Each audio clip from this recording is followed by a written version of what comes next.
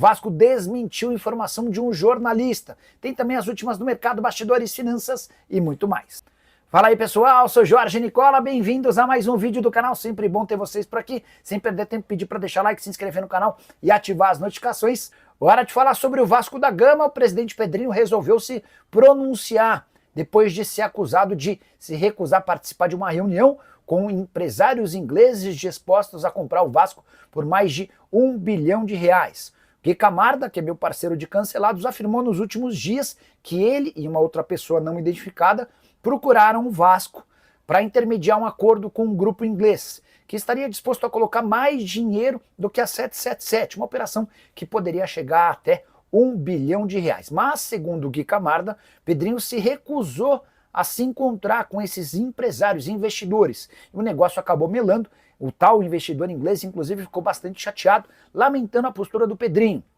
E o Gui tirou a conclusão, a partir desse episódio, de que o Pedrinho não tinha intenção de negociar a venda da SAF do Vasco. Por meio de uma nota oficial, o presidente Cruz Maltino disse o seguinte, abre aspas, a informação é falsa. O presidente nunca se recusou a dialogar com investidores interessados no clube. Não houve qualquer contato entre os supostos investidores ingleses citados pelo jornalista e o Vasco da Gama.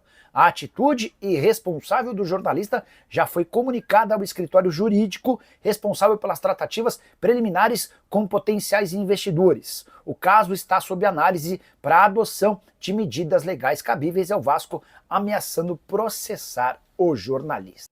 Diego Antônio Nicola, ao seu ver, qual clube vai buscar mais reforços? Diego, eu acho que está muito condicionado à condição dos times assim que a janela abrir. A gente vai ter duas janelas, né? Só é importante lembrar que 2 a 10 de junho vai haver uma janela para os clubes do Mundial, mas essa janela não vai se restringir à participação dos times que vão para o Super Mundial. Todo mundo vai poder contratar, mas como são só 8 dias, não estou imaginando grandes movimentos. A partir de julho é que o negócio deve dar uma esquentada e eu acho que, por exemplo, o Santos, lá embaixo, na zona de rebaixamento, pode eventualmente buscar mais contratações do que os outros. Acho que vai estar muito condicionado a isso, tá? Nicola, tem informação de reforços pedidos pelo Diniz? Gabriel Volker, deixa eu contar um bastidor, isso eu ouvi de uma pessoa que trabalha com o Diniz. O Diniz é dos técnicos que menos pedem reforços. Isso eu nem não tinha acesso a isso, mas essa pessoa falou, Nicola, o Diniz não está muito preocupado com nomes, com indicações, ele não é ligado a isso, ele quer trabalhar com os caras que ele tem lá e desenvolver esses caras para os caras fazerem melhor. Até chegaram a especular que o Guga e o Lima teriam sido pedidos pelo Diniz. O Diniz nega os dois nomes, tá? Tá bom? Léo Jardim vai para o Cruzeiro. Conversei com o Pedrinho e ele já sondou. E vai trazer o Sobis, ex-jogador do Cruzeiro, e agora jornalista para o lugar do Edu Dracena. Mensagem do Diego Antônio. Eu não descarto que o Léo Jardim esteja nos planos do Cruzeiro para a próxima temporada, não, tá? O DG Souza, Nicola, tem chance de o Diniz trazer algum jogador do Fluminense pro Vasco? Especularam 2 nomes, do Lima e também do Guga, os 2 nomes negados, tá? O Ancelotti na seleção quando todos desistiram. Parabéns, agora duvido cravar Felipe, Santana e Lloyd na luz. Cadê o 03? Já foi dormir também. Rafaela, não. Cara, hoje me assustei com os números do Lloyd. R$500 mil por mês. 18 milhões de reais investidos. E aí só uma observação importante, tá? Técnico já foi demitido, Marcelo Santana já foi demitido e o Felipe Maestro continua lá, né? Felipe Maestro, que enquanto técnico interino foi um desastre, Felipe Maestro que é o responsável pela contratação dos atletas. Muitos atribuíram a responsabilidade dos nomes que chegaram ao Marcelo Santana. O Marcelo Santana era apenas um negociador. A gente pode discutir se as negociações eram arrastadas, se eram boas, mas quem escolhia os jogadores contratados era e continua sendo o Felipe, tá? Enfim. Everaldo Guimarães, boa noite, Nicola. Explica para mim o que realmente acontece com o presidente da CBF que pode cair. Vamos lá, Everaldo. Ser presidente da CBF é estar no topo de uma pirâmide marcada e cercada por pura politicagem. Para você assumir a presidência, você precisa fazer conchavos com muita gente. Para se manter na presidência, você precisa, entre outras coisas, pagar mensalinho, que é o salário dos presidentes de federação, além das mesadas que eles repassam, que o presidente repassa para as federações. Tudo para manter o quórum, para manter o colégio eleitoral da CBF sempre a seu lado. Só que estar à frente da CBF É um cargo super desejado. O Edinaldo ganha entre 500 e 700 mil reais por mês da CBF, além de mais 100 mil reais por mês que ele ganha da Conmebol. O pacote presidente da CBF pode garantir até 800 mil reais. Então você imagina que é um super cargo. Isso sem falar numa série de outros benefícios, né? Pois bem, Fernando Sarney, que é vice-presidente da CBF, e alguém louco para tirar o Edinaldo, ele e outras pessoas com quem o Edinaldo acabou se desentendendo nos últimos meses, trabalharam fortemente nos últimos dias. E por que nos últimos dias? Porque você sabia que a notícia da confirmação do Ancelotti seria um grande trunfo para o Edinaldo, né? Então os caras queriam tirar o Edinaldo antes da contratação do Ancelotti, talvez até criar uma dúvida no Ancelotti por conta dessa instabilidade do Edinaldo. O que pega nesse momento? O Edinaldo se tornou presidente da CBF graças também a um documento que tem a assinatura do Coronel Nunes, que já foi presidente da CBF, e que deixou o cargo por conta de um estado de demência que tem avançado. Há 4 anos, o Coronel Nunes luta contra a demência. E o que se sabe é que hoje ele não tem condição alguma praticamente de falar. Hoje ele até foi convocado para prestar depoimento no TJ, mas não houve a possibilidade de ele aparecer. A justificativa é de que ele não estava bem, mas a informação que eu tenho é de que hoje ele não tem condição de prestar depoimento nenhum. E a grande questão é que ele teria assinado um documento permitindo ao Edinaldo se tornar presidente, mas essa assinatura não era do Coronel Nunes, ela foi forjada. Até um escritório de perícia, um escritório não, uma empresa especializada em assinaturas fez uma perícia e garante que essa assinatura não é do Coronel Nunes. Enfim, o verdadeiro caos. E essa questão, essa guerra política trabalhando fortemente. Já comenta quanto é que vai ser o jogo hoje lá em La Fortaleza, diante do Lanús. E claro, se inscreve no nosso canal. Muito obrigado. O canal tá voando, tá crescendo muito graças a você, que enxerga em mim um representante do torcedor vascaíno. E assim seremos, com cobranças, claro, como tem que ser feita, e também com elogios, com apoio, porque hoje eu vou vestir cada vez mais a nossa camisa para empurrar o time. Claro que sim.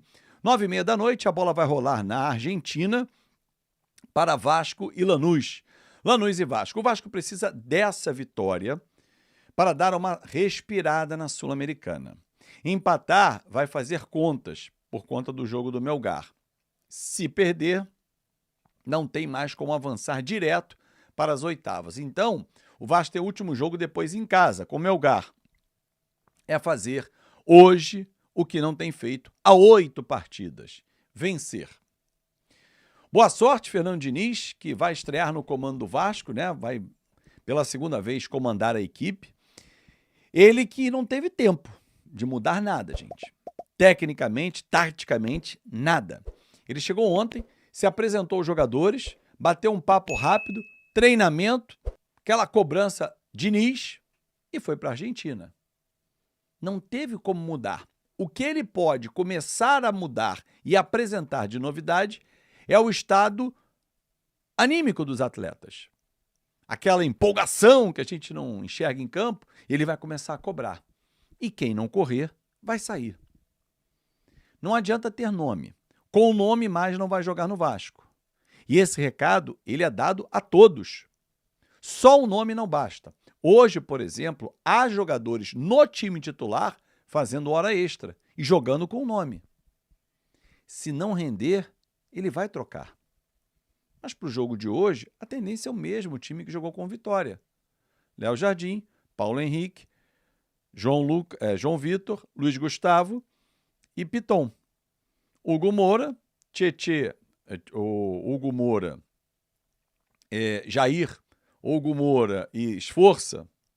Acho que essa é a tendência de time ali no meio-campo com o Coutinho, né? Ou o meio-campo que foi do Vitória. Esforça, Paulinho e Coutinho. Paulinho foi mal de novo. A tendência é Hugo Moura, Esforça e Coutinho. Na frente, Rayan, Verrete e Nuno. Dá para mexer um pouco ali? Esforça, Tietê e Coutinho? Dá. Fica mais exposto o meio-campo? Sim. A defesa fica mais exposta? Sim. Porque o Tietê não tem o mesmo poder de marcação do Hugo Moura, mas com a bola nos pés tem mais qualidade para sair para o jogo. A delegação está acompanhada do presidente Pedrinho, do diretor de futebol, o Felipe, do diretor jurídico, Felipe Carregal. Esse eu não sei por que viajou, mas pode ter viajado porque ele quis, por conta própria e tal, mas não vejo nenhuma utilidade dele estar nessa viagem. Assim como o presidente da Assembleia Geral também, Alain Belaciano. Mas nada impede que nenhum vascaíno queira ir à Argentina, possa ir e viaje. Agora, o Pedrinho, o CEO Amodeu e também o Felipe, esses são representativos da SAF, sim. Presidente do clube, sócio atuante, o diretor de futebol. O torcedor discorda, e eu também. Eu acho que a saída do Marcelo Santana ela não pode ser única, ela deveria ser acompanhada do Felipe, mas se o Felipe continuou e a direção do Vasco entendeu que ele tem potencial para seguir, ele tem que estar com a delegação, sim. Ele é o diretor de futebol. Estranho seria se ele não viajasse. Isso aí não faria o menor sentido. Vasco na Argentina e o Felipe aqui jogando futebol no Rio de Janeiro. Esquece. Se ele vai continuar, ele segue. Ah, mas por que o CEO foi nesse jogo? Porque não tem o Marcelo Santana. Com a ausência do executivo do futebol, ele acumula a pasta interinamente. Então ele foi. Então essas 3 peças são importantes e necessárias, sim. Tem que ter. O Vasco tem que ter os seus poderes perto. Mas, enfim, Felipe Carregal e o Alain Belaciano foram, porque são torcedores do Vasco, são da diretoria, mas ok, mas resolveram ir. Bancados pelo Vasco, acham um exagero. Mas se eles quiserem ir do próprio bolso, no próprio voo do Vasco, qual o problema? Zero problema. Ah, a cúpula tá toda lá. Pô, meu irmão, vai estar onde? Tomando cerveja? O momento não tá para isso, não. O momento não tá para risadinha. O momento é de seriedade, de recuperação. É isso. Bom, algumas rápidas notícias aqui. Léo Jardim. O jogador tem contrato com o Vasco até dezembro de 2025. Vai jogar com o Lanús hoje. Não tem esse negócio, vai jogar. Seguem as negociações de renovação. O Vasco fez uma proposta muito boa, já mandou a 4ª proposta para ele. O contrato dele vence em 25, mas tem cláusula automática. Se ele alcançar o número de jogos para em 26 ele ficar mais um ano, mas o Vasco não quer exercer a cláusula de renovação automática, por isso chamou o Léo Jardim e ofereceu um novo contrato com duração de 3 anos e a prorrogação automática de mais um, caso ele alcance as metas. Então, vai acontecer um novo encontro do procurador dele, Paulo Pitombeira, que é quem toma conta da negociação e que está enrolando mais o Vasco do que o Vasco esperava. Agora, o senhor Léo Jardim também, por sua vez, tem que dar um checkmate. Eu quero ficar. Vamos melhorar a proposta, mas eu quero ficar. Não, deixa ele, é o meu empresário que está resolvendo, eu não me envolvo. Mentira. Todo atleta se envolve. E o Léo Jardim deveria fazer o mesmo. Mas, enfim, eu tenho a impressão que ele vai ficar. E o Vasco não precisará exercer cláusula automática, até para não ficar com cara de bico dentro do Vasco, né? Ah, mas o Palmeiras quer, o Cruzeiro quer. Irmão, vamos lá, vamos ver. O Vasco vai chegar ao seu limite e, segundo eu soube, eu falei inclusive com o Pedrinho no último sábado, ele me disse, olha, o Vasco fez uma proposta muito boa. Agora, a gente tem que aguardar a resposta do empresário dele. E eu entendo que isso vai acontecer bem em breve, né? Bom, ontem pelo NBB, na segunda partida diante da equipe do Minas, o Vasco perdeu 86-76. As equipes voltam a jogar amanhã, também em Minas, às 7 da noite. E se o Minas ganhar, já ganhou no primeiro jogo, tá 2-0, fecha a série em 3-0. Vamos torcer pro NBB também, porque o Vasco sempre representando o nosso basquete. É isso, galera. Muito obrigado pelo seu carinho, pela sua atenção. Então, torcedor vascaíno, hoje vamos acompanhar aí Fernando Diniz fazendo a sua estreia pelo Vasco da Gama, né? Sua reestreia, na verdade, nessa partida importante contra o Lanús. A grande notícia aí do Vasco é aí o Léo Jardim, né? Que vai sim para a partida, tá confirmado aí.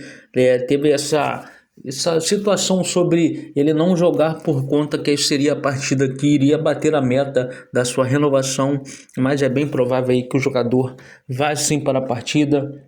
vai jogar e vai renovar esse contrato aí automaticamente. As negociações seguem para estender por mais tempo, né, esse vínculo. Peço sua inscrição no canal, se caso ainda não for inscrito, você deixa aquele like aí no vídeo e também ativa o sininho de notificações para não perder nenhum conteúdo que é postado aqui no canal Eterno Vasco Oficial. Um forte abraço a todos e à tarde voltamos com mais notícias do Vascão da Gama.